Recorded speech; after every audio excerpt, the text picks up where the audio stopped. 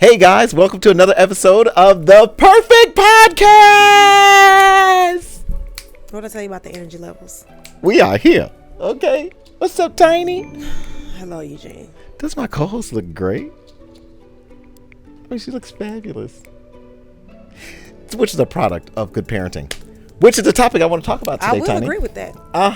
See? Mm-hmm. So as a parent, right, I've got 3 kids myself. I just took my daughter shopping for Christmas, but instead of getting regular gifts, I decided to get her, she customized this design for a jacket. So I got her jacket made. That's so nice. That's a very creative, unique gift. I know she appreciates that. Yeah, hopefully it'll be those memories that last forever. Yeah, that's a beautiful gift. Yeah, and then make a lot of money for us. Yeah, my parents just gave me money. Okay, that works. So that's what I want to talk about. I want to talk about what defines a good parent, and like what are the signs of a good parent? Because I'm really out here trying to be a good parent, you know, and your parents have done an amazing job with you. So, thank you so much. What were some of the things that you think they instilled in you that you instilled in your children? I think my favorite thing about my parents, I will put it like this: I'm spoiled, but I'm also very independent.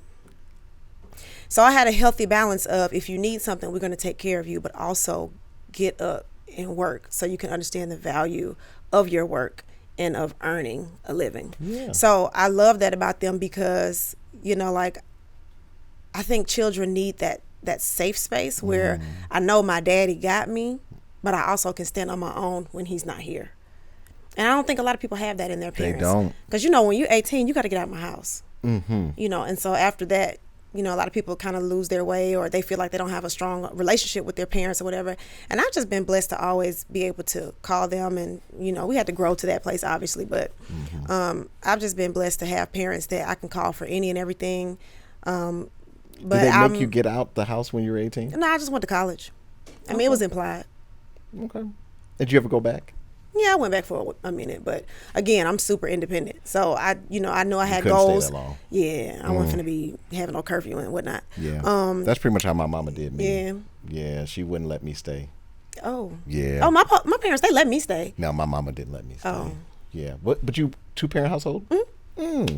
Is that rare still in these days? I think so, yeah. And my parents have also been married for 40 years. So not only just growing up in a 2-parent household, but also having parents that are still married and not begrudgingly married. Like they enjoy each other's presence. Yeah, they work together. They're partners. They laugh together. I knew something was different about you, Tiny, the whole time. Like the first time I met you, I was like, something different about her. Yeah. I saw love growing up. Wow. I know, crazy, right? That is super crazy. It is. Because so my parents were divorced when I think I was in 8th grade, somewhere around there. Still, they loved each other. You know, they were really supportive. But we were thrown into this divided family and kind of had to figure that out. Yeah. And my mother did the best she could. There was 5 of us. How many siblings you got? I got 2 brothers. Okay. So I got 2 brothers and 2 sisters. Right? And growing up in and hand-me-downs were the regular thing for us. Like once my older brother got it, we were hoping, for him to at least get hit by a bus or jump by a gang or something so we can get his shoes in his room. That was our desire as kids. So it didn't work, right? He lived. But he went on to college. So when he went on to college, we actually got his room. So that was exciting. That's a good thing. Yeah, but my mom did the best she could. Not the wishing death on him, but him going to college. That's not normal? You didn't wish death upon your siblings? No. I mean, I didn't dislike them that much. Like, I think I grew up in a pretty, I wouldn't say normal, but it was pretty healthy and functional. Like, we had structure, we had responsibility at an early age. We Did knew you have food? Yeah. Like in the fridge, like all the time? Food, clothes. You know, we weren't rich, but y'all had, we were provided for. We were safe and cared for in all ways, and I think we all grew up to be pretty dope individuals. Nobody's a serial killer yet. The jury's still out on that one. Because you never know. There's a few flags there. Tiny. This podcast triggers a lot of those. I can see that. Yeah. Do you want to be a parent? Ooh. The more time I spend with other people's kids, the answer becomes no. Oh, that's what I'm saying. Yeah, and not like in a malicious, mean, I don't like or I Yes. hate kids kind of way, but I understand what I understood at an early age is that parenting is a responsibility. A lot of people have to sacrifice their entire lives for their kids, and I'm so grateful that my parents did that for me. Yeah. I don't want to do that. That's I want amazing. to live. I want to live my life and enjoy it. I don't want to get up at 3 a.m. and breastfeed or make bottles or none of that. Like Yeah. I don't. If you're sick, you need to get away from around me because I don't want you laying up on me, coughing in my face. I don't want to clean up your messes. Even if it's your seed. No, I don't want to explain to you why the whole world works. I still don't know myself. I got nothing for you, mini me. Wow. So Mini me. I'm going to continue to try to live my best life. But it's not that. I think this is a very interesting conversation for a lot of women because women who don't want kids, usually people think that they're unfulfilled in some way. Yes. And people try to scare us and be like, oh, well, one day you're going to wish you did. No, I won't. There it is. Yeah. I felt like I wanted 5 children until I had my first. And then you was like, there's no way that I can keep doing this. There's no way I'm doing this one more time. Now, on the other hand, I experience a lot of people's children. I have siblings that have, kids. My friends have kids. My coworkers, everybody that I know pretty much has kids at my age. So it's not like I'm... You always come to my house and take my kids. Yeah, it's not like I don't be around kids. Yeah. I just know that I don't want the responsibility of parenting them myself. That's real grown up. But you know what I bet? Every parent that I've ever spoken to about this says that their kids are their greatest blessings. Like they see so much of themselves in their kids. They bring so much joy to their lives. They feel so fulfilled. And I think that that's a wonderful thing. Yeah, I think so too. I wish that was my experience. That I didn't experience that at all. I'm like, I felt like my children are probably me, which had me question why my mama was able to deal with me for so long. And that brings me to reason number 672 why I'm not having kids. Okay. Because I know I gave my folks hell. Ooh. I refuse. It ends here. The buck stops with me. Okay. You're not going to do that today. The buck stops here. All right. Because you're not going to allow your kids to do what you did to your mama. Because I'm not going to argue with you either. See, I realize I don't want to have those tough conversations with a kid. It's hard enough with an adult. A child is brand new to this planet. Yes. They don't understand a lot of things. You got to teach them. I don't want to. I don't have the patience. I'm not a teacher. But you do such a good job loving, though. I feel like I don't have to love kids. that's Not my true. own. I can love someone else's. That's true. I think my attitude should be way more appreciated in society because there are so many people who consistently have children that are not cared for, that grow up in toxic and abusive environments. And if we had to just made different decisions, a lot of those kids wouldn't be in those situations. So I think for me to be my age and determine, you know what, I'm not ready and I don't want that responsibility. I think that's a great attitude to have. And I feel like in society, too many times people like you who are responsible talk about the ones like us who are just out here having fun and kids pop up. Okay, Tiny, I didn't know that these kids was coming. I mean, but you know how babies are made. I know, but I didn't know that a baby was actually on the other end. I mean, you knew the possibility. She was here and she wouldn't stop. Maybe more like here. She just wouldn't stop. And I had to. But you knew that there was a 50-50 chance. But y'all women do that too. Like y'all get on Not top. me. I'm out of the equation, baby. Oh, you don't have lock no your kids. thighs and make sure he can't. You think move? I'm 34 with no kids because I haven't pulling been them careful about not having them? So you real careful. Because people like to say, "Oh, I got pregnant on accident. I didn't, I didn't plan it." I'm not planning it either. You gonna plan for it? I'm planning for it to not happen. That is so responsible. Sheesh, I wish I'd have had your mindset when I was 16. If you took a magnifying glass over the rest of my life, you would not think I was responsible, and that is why I'm refusing to have children. That's actually a good point. So am I responsible because I had children?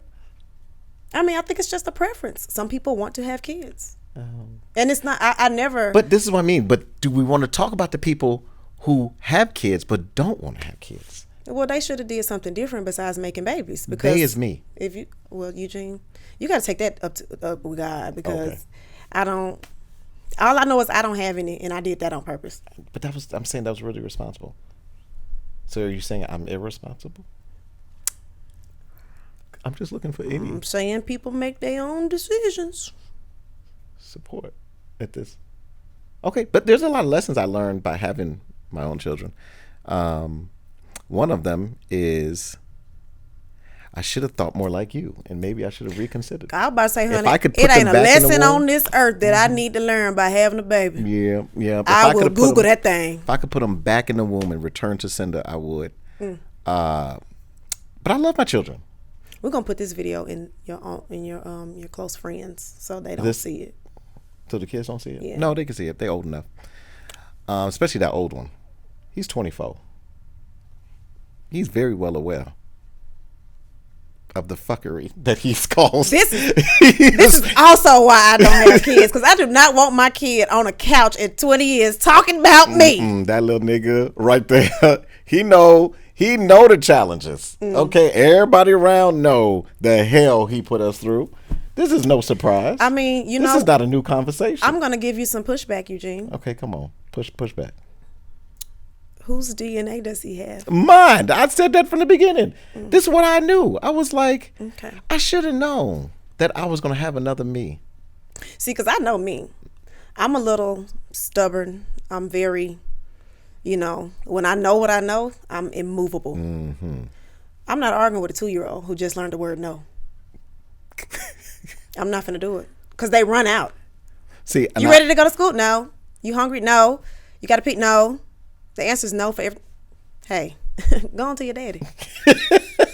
he can answer whatever questions you got. I'm not doing it. I get it. And so my wife tried that to send to me, and I ain't got nothing for him. Didn't either. work? No, I was like, you gonna learn that your limitations met my limitations. We both limited. We both out here. I don't know what you want from me at this point. Well. Yeah, I'm a child in a man's body. That's a very responsible perspective. I learned that from my children. Sometimes you have to be, made aware. Yeah. And I think that that's true of me too. I think that I am immature in a lot of ways. I haven't seen it yet. Name one. Okay. Okay, I take back what I said. I'm not immature. I'm selfish. That's Selfish the word. could be immature. I'm selfish. Okay. I'm selfish. I don't want to sacrifice my time and my body and my life. I just don't want to. For another human. Even with the thought, I think you would have the most amazing, beautiful child. Everyone says that. They probably told my parents that too. And they did. I know. What a setup. And so is that selfish of you to rob the world of another beautiful, young, tiny? I think when it comes to getting a little deep here, when it comes to your purpose in life, I think if God wanted me to have a kid, he'd have told me first. That's true. He just ain't told you that. He ain't told me that. He ain't told you that. So I'm going to listen to the parts of him that told me to focus, be motivated and driven, and to pursue my career, and to spread laughter and joy, and be a great sister, a great daughter, a great TT, a great homegirl. Like, I'm great at those roles. And this what makes you the perfect co-host, because I did not take that approach at all. I really, really wish I would have thought of the end of what happens after you stay inside. And My then, pull-out game was weak, is what I'm trying to say. And then, too, it's different sometimes for men and women. A lot of people have kids. But I think from childbirth, women are taught something totally different about sex and baby making than boys. We're taught, don't give it to nobody. Yeah. Wait till you're married. That makes sense. Yeah, you don't need to be having a lot of partners. No man wants somebody who's slept around. And then I would take it more guys- for the responsibility of a child, though, because you can get pregnant. Well, that too. But men don't be having conversations like that. No. They have these casual, hey, put a condom on conversations. Right. But they not like, now let me tell you about the consequences of your actions if you have a baby by a crazy lady. That's part of it, and I really wish they'd have told us of the consequences of what happens right at the moment when you're about to release and she don't let go, that moment for a man, you're extremely vulnerable, extremely weak. It's really hard Can't relate. to think rationally and logically in that very moment. The ration and the logic Thrown out the window. is supposed to take place before the act. It doesn't. So what happens is right when you get in that moment, then you're like, no, I'm trying to pull logic and ration, but it feels amazing.